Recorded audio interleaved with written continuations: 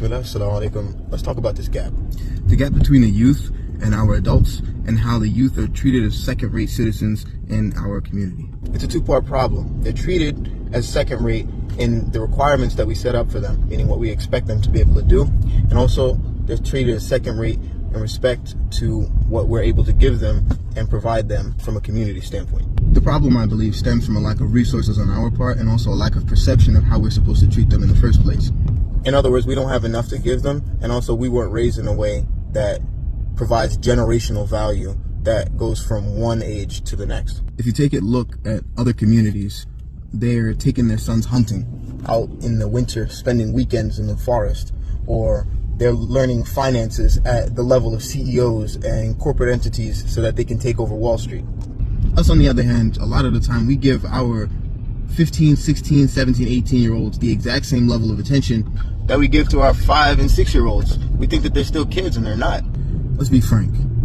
The young ladies are interested in young men. The young men are interested in young ladies. The young brothers need to make money. The young sisters need to be able to keep homes, and we are not teaching them how to do it. Tarbiyah must be applied at the level of the student. The one who's learning has to be tailored to. We can't keep having them do hack and sack games and jumping around in beanbags and all this other nonsense when they're at that age where on a daily basis they're looking at women online and interested heavily in the opposite gender and how they can get closer to them from a friendship perspective, from a relationship perspective. We're not teaching them how to take care of families. We're not teaching them how to make enough money to do so. Why? When we ourselves, a lot of us, came out of prison or were set back by years because of being in the streets, and we know the problems that come with inability, uselessness and idleness, and then we propagate that into the next generation. And what's worse is we've lost generation upon generation of these young brothers.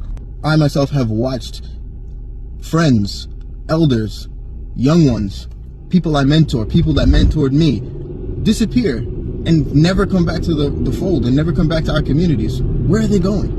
In business, you would call this a retention problem. We have an issue with keeping our customers.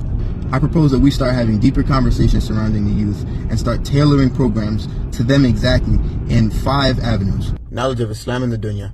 Provision, protection, and family building.